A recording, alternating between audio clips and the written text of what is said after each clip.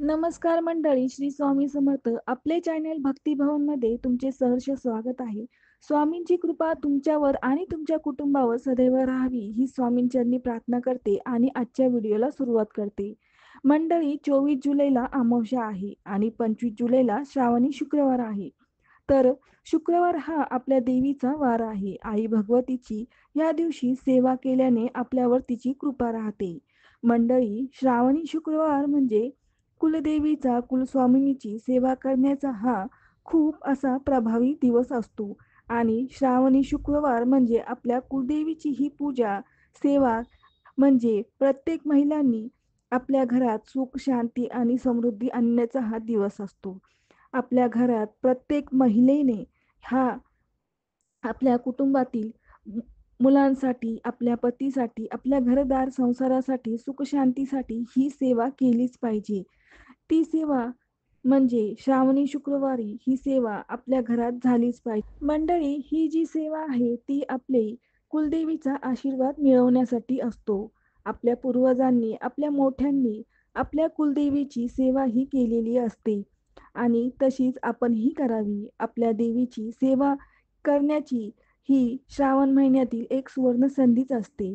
कुलदेवीचा आशीर्वाद हा आपल्याला मिळतोच मिळतो आणि त्यामुळे घरातील मुलाबाळांचे, पतीचे, आपल्या घरातील संसाराचे, सर्वांचे संकटांपासून रक्षण होते. आपल्या प्रत्येक कामात नुसते तिच्या नावाने देखील आपली सर्व कामे होत असतात. आपल्या घरातील आजारपण, कर्ज, उद्योग, धंदा, मुले जर का बिघडत असतील, हट्टी असतील, ऐकत नाही, चुकीचे वळण लागत असेल, नवरा बायकोमधील भांडणे किंवा विवाहातील अडचणी, कुणाची विवाह जमत नसतील, यापैकी काहीही समस्या असतील किंवा अजून काहीही समस्या असतील, तुमच्या अडचणी असतील, तुमच्या कुलदेवीसमोर मांडा, तिची सेवा करा आणि मग बघा की काही दिवसातच तुमच्या ह्या सर्व समस्या दूर होतील.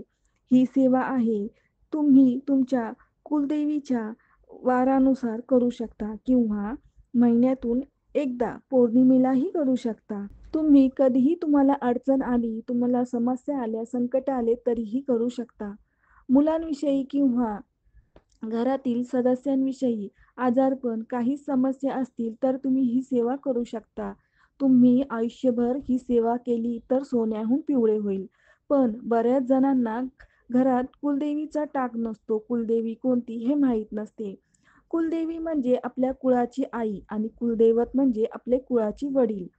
म्हणजेच आपल्या कुळांपासून पिढ्यांपासून ते आपले देवी आपल्या सर्वांचे रक्षण करत असते. अशी ही कुलदेवी, कुलदैवत असते. बाकी सर्व देवांची तुम्ही पूजा करता, उपास करता, तोडगे करता, पारायण करता, सर्व काही करता. या सर्वात आधी तुम्ही तुमच्या कुलदेवीची आणि कुलदेवाची पूजा करायला पाहिजे. जे तुमच्या वडीलधारे करत आले आहेत, त्यानुसार तुम्ही घरचे देव आणि देवी ह्यांची सेवा खूपच महत्त्वाची असते. तुमच्या कुलदेवीचा हा मान-सन्मान पूर्वीपासून होत असतो आणि तो अचानक थांबला तर अडचणी ह्या येत असतात. म्हणून कुलदेवीची सेवा, तिचा मान-सन्मान हा केलाच पाहिजे. घरामध्ये जर का मंगल कार्य असेल, शुभ कार्य असेल, तर सर्वात आधी तुमच्या घरातील कुलदेवीला, कुलदेवांना निमंत्रण दिले जाते. त्यांचा मान-सन्मान करावा लागतो. म्हणून आधी घरात तुमच्या कुलदेवीला स्थान द्या. पौर्णिमा, अष्टमी, देवीचा वार या दिवशी तिची सेवा करा. कुलदेवी आणि कुलदैवत हे आई-वडिलांसारखे असतात. आधी त्यांना घरात स्थान द्या. आजकाल मॉडर्न जमाना आहे. पण जेव्हा संकट येतात तेव्हा त्यांना देव आठवतात. म्हणून आधीपासूनच तुम्ही कुलदेवी आणि कुलदैवतांची मान-सन्मान करा, त्यांची सेवा करा आणि पितरांची देखील सेवा करा.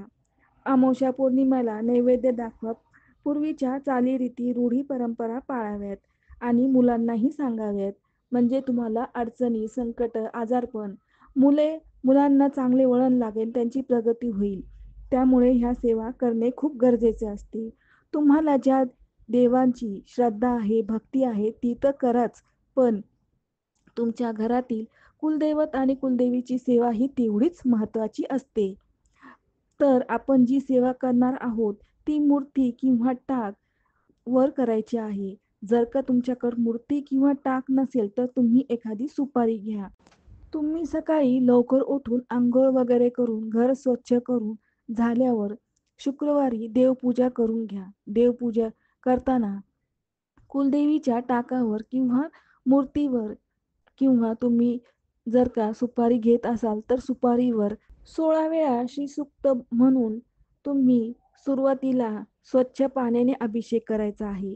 नंतर पंचामृताने अभिषेक करायचा आहे आणि नंतर पुन्हा स्वच्छ पाण्याने अभिषेक करायचा आहे. अभिषेक करताना 16 वेळा श्रीसूक्त बोलायचे आहे आणि नंतर ती टाक पुसून स्वच्छ असे पुसून घ्या आणि ते देवघरामध्ये ठेवायचे आहे. टाकावर किंवा मूर्तीवर कुंकुमार्चन करायचे आहे.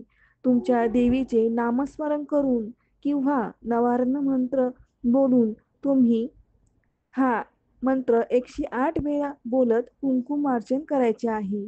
नंतर देवीला नैवेद्य दाखवायचा आहे. नैवेद्य तुम्ही काहीही गोड पदार्थ बनवू शकता.